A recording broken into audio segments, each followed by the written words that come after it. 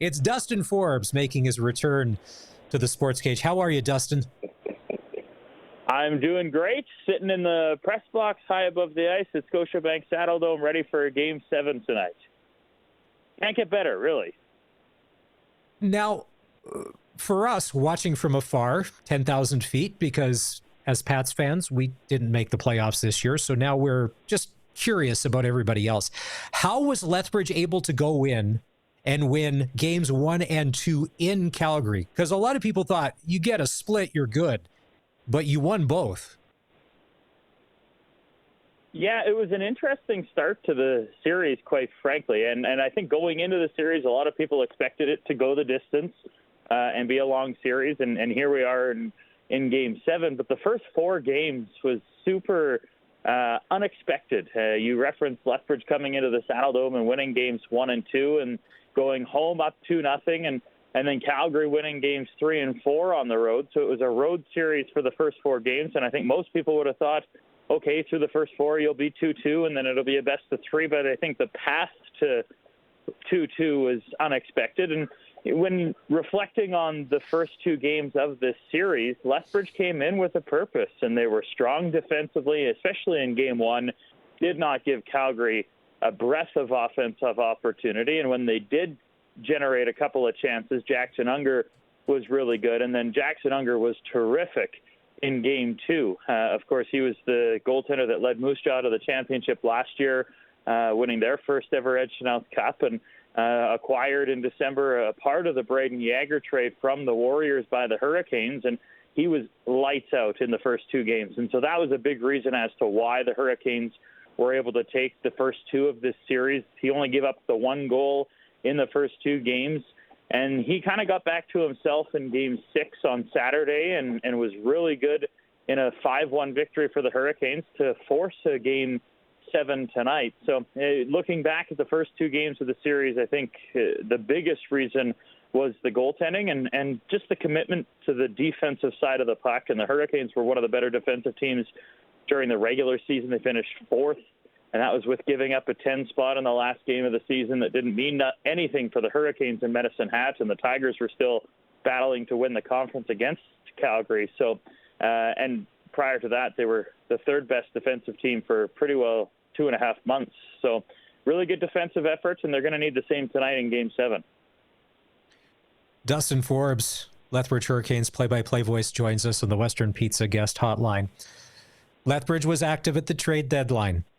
From your point of view, were the new faces coming in able to gel with the players that were on the roster quickly? Because we saw it in the standings, but you're around them on a personal level. Was this a tight-knit group that welcomed them in with open arms?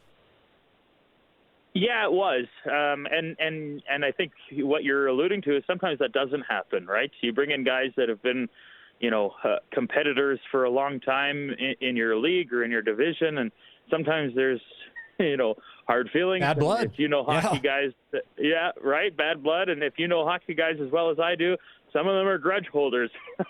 But bringing in the players that the Hurricanes brought in, I think Peter Anholt had a pretty good pulse on the type of people, first and foremost. Obviously, he brought in really exceptional players. You look at Caden Price in a deal from Kelowna, great player, good person, good Sasky boy, right?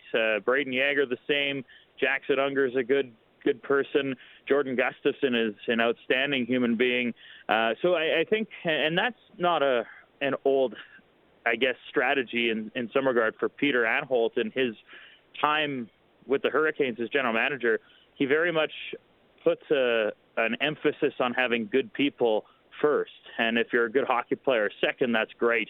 So bringing in those 4 guys that have been there and done that, 3 guys that had won championships, add in Wojciech Port, who's a part of the deal or part of the Warriors team last year that came in a separate deal in November from Moose Jaw. Really good people, and they just fit in great. And I think from a Hurricane standpoint, the core guys that have been here for a while, the Chadwicks, the Wormolds, the Edwards, the McCutcheons, those types of guys, they want to win. And they hadn't had any playoff success, swept in the first round in 3 straight years. So understanding that the general manager was willing to go and spend a lot of assets and a lot of futures to bring in players for this season to go on a long run and have some playoff success. I think it melded great, and it's one of the closer teams that I've been a part of in recent years for sure. And being around them this morning at the hotel in preparation for tonight's game, they look like a group that's focused, a group that's excited, and a group that is going to come to work tonight and try and advance and set up a Highway 3 Lethbridge Medicine Hat Conference Final, which, if it happens, will be only the third time in history that the Hurricanes and Tigers will play in the playoffs, if you can believe that. As a play-by-play guy, is that not the ultimate best bus ride ever? Like, what is that? That just like an hour-ish? Or like, it's not like you got to go from Prince George down to Portland or something Spokane, like something awful like that. That's a play-by-play guy's dream. So last game 6, it got a little physical and things were getting feisty. Do you find that the Hurricanes play better when there's a little bit of that edge and they started taking it to Calgary and they started dominating the play? Because it sure seemed that way watching the game.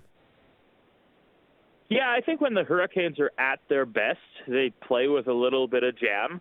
And if you know Pete Anholt, he likes that, right? He likes to have a hard team to play against and a team that's going to put it on the line. And I think the Hurricanes, when they're engaged, when they're physical, and it doesn't have to be the fighting and the hard hits, but finishing checks, making sure you get a piece of the opposition. It doesn't have to be the after the whistle stuff, which it seems that Calgary, especially in the third period on Saturday night in Game 6, looked to try and suck the Hurricanes into the post-whistle stuff, being out of the game.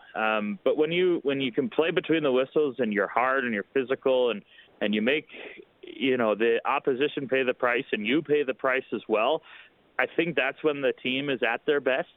They feed off of it. You look at a guy like Anthony Wilson, a good Swift Current kid, hard-nosed, former Regina Pat, of course, came over in the deal just before the deadline from the Pats, and this is his first kick at the can in the WHL playoffs as a 19-year-old. He's played almost 240 games in the Western League regular season, had never played a playoff game up until this season, and he's been a great add in exactly that. Hard-nosed guy, thick, strong, great skater, willing to get in on the forecheck, and I think when the Hurricanes are doing that, they're effective, and they'll look to do that again tonight, and I think it's an important piece of the game, especially in the playoffs, even more so in Game 7s.